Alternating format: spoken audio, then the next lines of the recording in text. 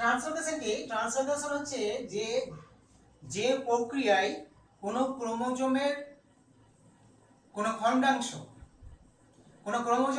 খণ্ডাংশ পাশাপাশি অবস্থিত কোনো নন হোমোলোগাস ক্রোমোজোমের মধ্যে ট্রান্সফার হয় বা বিনিময় হয়, তখন তাকে বলছে ট্রান্সলোকেশন।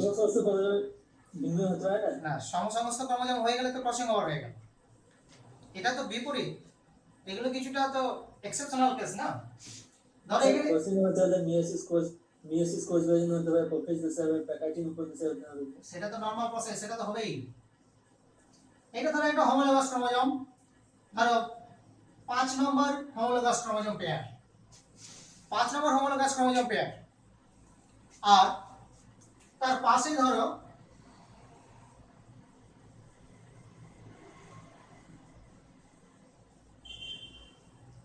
ধরো 7 নম্বর এটা হোমোলোগাস ক্রোমোজোম পেয়ার। তাহলে এরা একটা পেয়ার, এরা একটা পেয়ার। এদের নিজেদের মধ্যে যখন নন সিস্টার ক্রোমাটিডের মধ্যে যখন ক্রসিং ওভার হবে, সেটা তো ক্রসিং ওভার হয়ে গেল, এটা তো সিম্পল বিষয়, এটা তো মিয়োসিসের একটা বৈশিষ্ট্য পার্ট। কিন্তু কখনো কখনো এটা হয় যে ধরো এই 5 নম্বর নন হোমোলোগাস মানে 5 নম্বর হোমোলোগাস ক্রোমোজোমের এই ক্রোমোজোমের একটা খণ্ডাংশ ধরো প্রান্তীয় ভাগ থেকে এই পাশে অবস্থিত কোন নন হোমোলোগাস ক্রোমোজোমে ট্রান্সফার হবে। এটা প্রান্তীয় ভাগ থেকে হতে পারে, মাঝখান থেকে হতে পারে, ঠিক আছে, বা পাশাপাশি ক্রোমোজোম জুড়ে গিয়েও হতে পারে। তার অনুযায়ী আমরা আবার টাইপ পাবো। তাহলে ট্রান্সলোকেশন হলো কোন ক্রোমোজোমের বা কোনো হোমোলোগাস পেয়ার ক্রোমোজোমের কোনো খণ্ডাংশ পাশাপাশি অবস্থিত কোনো নন হোমোলোগাস ক্রোমোজোম পেয়ারের সঙ্গে যদি সংযুক্তকরণ হয়, সেটা প্রান্তীয় ভাগে হতে পারে, মাঝখানে হতে পারে, বা দুটো ক্রোমোজোম সেন্ট্রোমিয়ারকে বিচ্ছিন্ন করে সরাসরি সংযুক্ত হতে পারে, তখন তাকে আমরা বলছি ট্রান্সলোকেশন। এখন এই ট্রান্সলোকেশনের টাইপ আছে। টাইপগুলো হচ্ছে simple translocation, reciprocal translocation, shift translocation, আর এটা হচ্ছে রবার্টসনিয়ান ট্রান্সলোকেশন। তাই ট্রান্সলোকেশনকে আবার ভাগ করা হচ্ছে সিম্পল ট্রান্সলোকেশন, রেসিপ্রোকাল ট্রান্সলোকেশন আর শিফট এন্ড রবার্টসনিয়ান, চারটে টাইপ, 4 ভাগে ভাগ করা হচ্ছে ট্রান্সলোকেশনকে। এখন এই ট্রান্সলোকেশনকে যে 4 ভাগে ভাগ করা হচ্ছে তার মধ্যে হচ্ছে সিম্পল। সিম্পলটা কেমন, যে যখন কোনো ট্রান্সলোকেশন সংগঠন হচ্ছে, সেই ট্রান্সলোকেশন সংগঠন হওয়ার সময় কোনো হোমোলোগাস পেয়ার ক্রোমোজোমের কোন একটা ক্রোমোজোমের মানে হোমোলোগাস যে এখানে পেয়ার আছে, সেই পেয়ারের মধ্যে কোন একটা ক্রোমোজোমের প্রান্তীয় ভাগ থেকে যখন কোন খণ্ডাংশ অর্থাৎ নির্দিষ্ট কিছু জিন পাশাপাশি অবস্থিত কোন নন হোমোলোগাস ক্রোমোজোমের প্রান্তীয় ভাগে সংযুক্তিকরণ ঘটে, তখন তাকে বলছি সিম্পল ট্রান্সলোকেশন।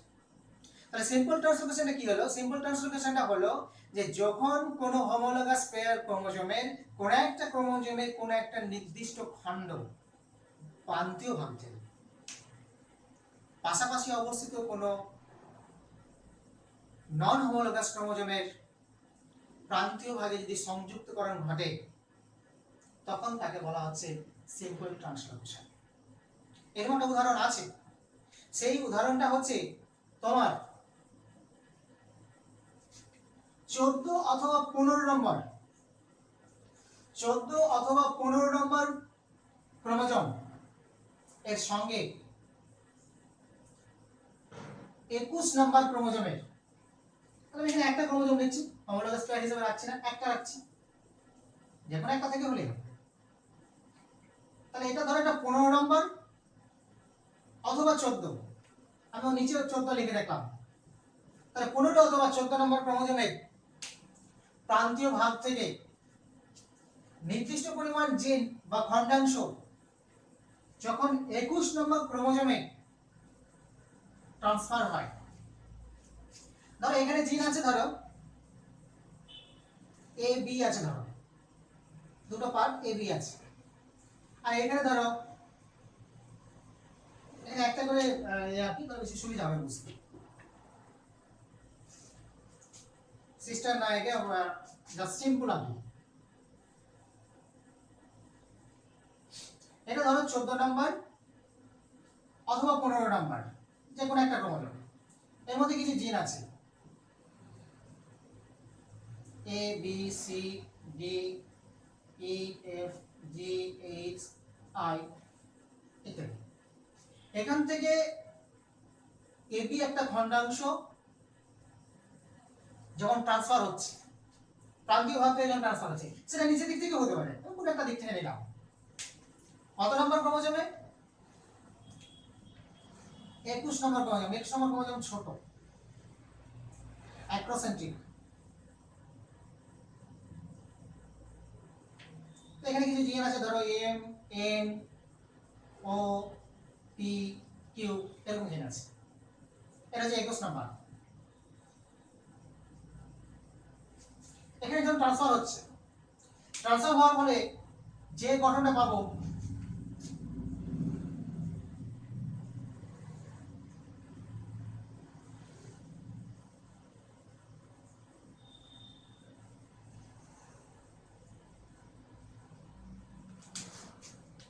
তার সঙ্গে কি না এবি পার্ট সংযুক্ত হবে।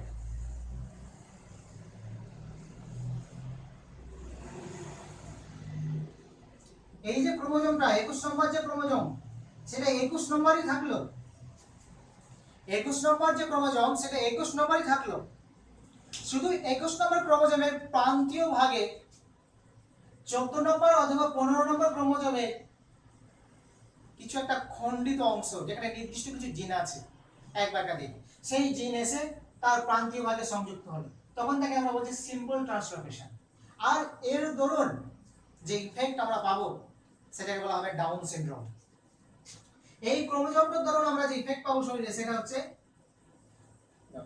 Down syndrome. ডাউন সিনড্রোমের আমরা আরেকটা কারণ ট্রাইজোমিতে দেখে এসেছি, 21 নম্বরের ট্রাইজোমি ছিল সেটা। অর্থাৎ 21 নম্বর ক্রোমোজোম যখন কোনো একটা গ্যামেটে যখন দুটো থাকছে আর তার অপোজিট গ্যামেটের মিলনের মাধ্যম দিয়ে যাই করে যখন 3টে 21 হচ্ছে, তখন তাকে 21 নম্বর ট্রাইজোমি বলা হয়েছিল। এটাও ডাউন সিনড্রোমের একটা কারণ, যে 21 নম্বর ক্রোমোজোমের সঙ্গে যখন 14 অথবা 15 নম্বর ক্রোমোজোমের প্রান্তীয় ভাগ থেকে ট্রান্সলোকেশন ঘটছে, তখন তাকে বলছি আমরা 21 নম্বর ক্রোমোজোমের একটা ইফেক্ট, যার ধরনে আমরা পাচ্ছি ডাউন সিনড্রোম। এখন এর পার্সেন্টেজ কত? পার্সেন্টেজ বেশি না। 100 জন ব্যক্তির মধ্যে যদি ডাউন সিনড্রোম 100 জন ব্যক্তিকে নিয়ে যদি এটা সার্ভে করা হয়, তার মধ্যে 5%, 5%, তাহলে 5% হচ্ছে ট্রান্সলোকেশনের মাধ্যম দিয়ে ডাউন সিনড্রোম হয়, আর বাকি 90 বা 95% ডাউন সিনড্রোম হয় কিসের মাধ্যম দিয়ে? 21 নম্বর ট্রাইজোমির জন্য। এই হলো একটা মাত্র সিম্পল ট্রান্সলোকেশন।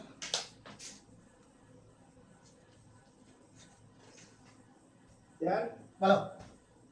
ট্রাইজোমির জন্য মানে যখন ওই মানে গ্যামেটের মিলন হয়, তখন একটাতে আপনার 21 নম্বর ক্রোমোজোমের মানে দুটোই ক্রোমোজোম থাকে আর একটাতে থাকে না, সেই জন্য তো ট্রাইজোমি হয়।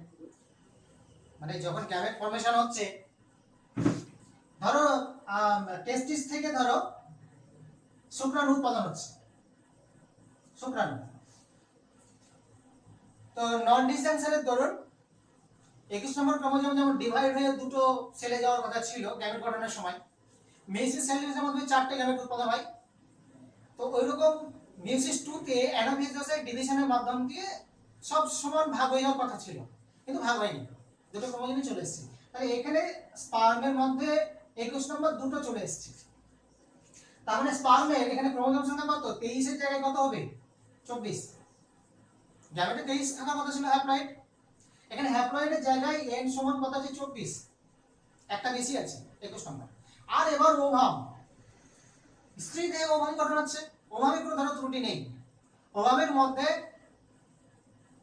অ্যাজ ইউজুয়াল 23টাই ক্রোমোজোম আছে হ্যাপ্লয়েড সমান, যেখানে 21 নম্বর কত আছে? একখানাই আছে। তাহলে এবার এদের যখন ফার্টিলাইজড হচ্ছে, ফার্টিলাইজড হওয়ার মাধ্যমে যে জাইগোটটা গঠন করবে,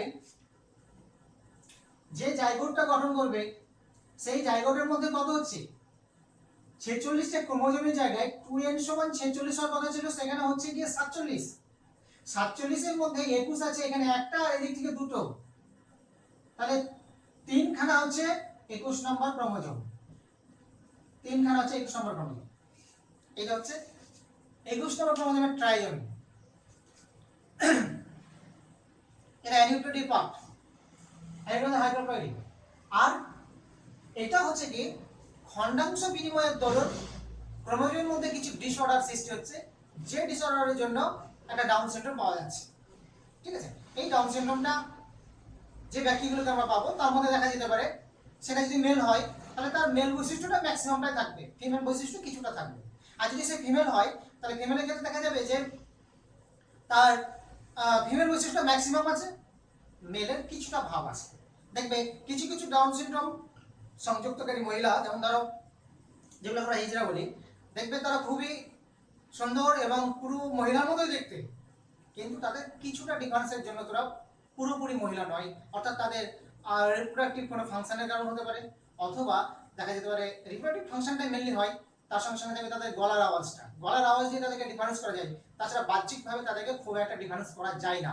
ইউটিউবে এরকম সার্চ করে অনেক দেখবে যে অনেক ডাউন সিনড্রোম বা হিজড়াদের যে ভিডিও দেখতে পাবে যে তাদেরকে খুব সিম্পলি তাদেরকে মহিলা মনে হয়, কিন্তু ইন্টারনালি তারা বা সেক্সগত দিক থেকে তারা পুরোপুরি মহিলা নয়। কারণ এখানে হচ্ছে এই পার্সেন্টেজগুলো হচ্ছে রবার্টসনিয়ান ট্রান্সলোকেশনের মাধ্যমে, সিম্পল ট্রান্সলোকেশনের মাধ্যম দিয়ে ডাউন সিনড্রোম। আর যেগুলো 21 নম্বর ক্রোমোজোমের টাইপ হবে সেগুলোতে ম্যাক্সিমামটা আলাদা ধরনের বৈশিষ্ট্য পাওয়া যায়। চোখের গঠন অনেক দূরে হবে, নাকগুলো আলাদা গঠন হবে, গলার গঠন আলাদা হবে, এই যে স্কিন বা ফেস আছে, ফেসের গালের যে অংশগুলো আছে সেই পার্টগুলোর ডিজাইন আলাদা আলাদা হবে, শারীরিক গঠনের ত্রুটি থাকবে, বা তাদের রাগ বা ক্রোধ এই ধরনের বেশি থাকবে, যেগুলো 21 নম্বর ট্রাইজোমির মাধ্যমে হচ্ছে। আর যেগুলো এরকম কিছু ট্রান্সলোকেশনের মাধ্যমে হচ্ছে সেগুলো ম্যাক্সিমামটাই তাদের যে বৈশিষ্ট্যের অধিকারী সেই বৈশিষ্ট্যটা ম্যাক্সিমামটা থাকছে, জাস্ট সে সেক্সগত বা কিছুটা ডিফারেন্স থাকছে।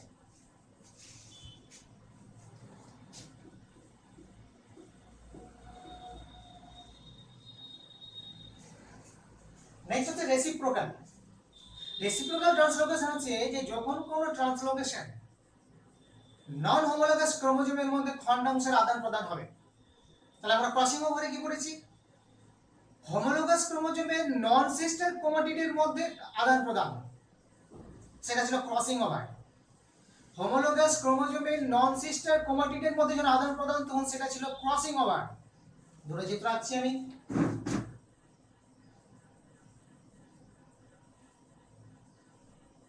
এটা ছিল ক্রসিং ওভার। হোমোলোগাস ক্রোমোজোমের খণ্ডাংশের মধ্যে যখন বিনিময় ছিল, সিস্টার নন সিস্টার ক্রোমাটিডের মধ্যে যখন খণ্ডাংশ বিনিময় ছিল, এটা ছিল ক্রসিং ওভার। রেসিপ্রোকাল ট্রান্সলোকেশনটা কেমন? রেসিপ্রোকাল ট্রান্সলোকেশনটা হচ্ছে যে কোনো একটা ক্রোমোজোম নন হোমোলোগাস ক্রোমোজোম পাশে তার অন্য কোনো একটা ক্রোমোজোম অবস্থান করছে। ঠিক আছে, এখানে অনেক উদাহরণ আছে। 9 নম্বরের সঙ্গে 22 নম্বরের রেসিপ্রোকাল ট্রান্সলোকেশন আছে, তারপরে তোমার আছে 8 এর সঙ্গে 14 আছে।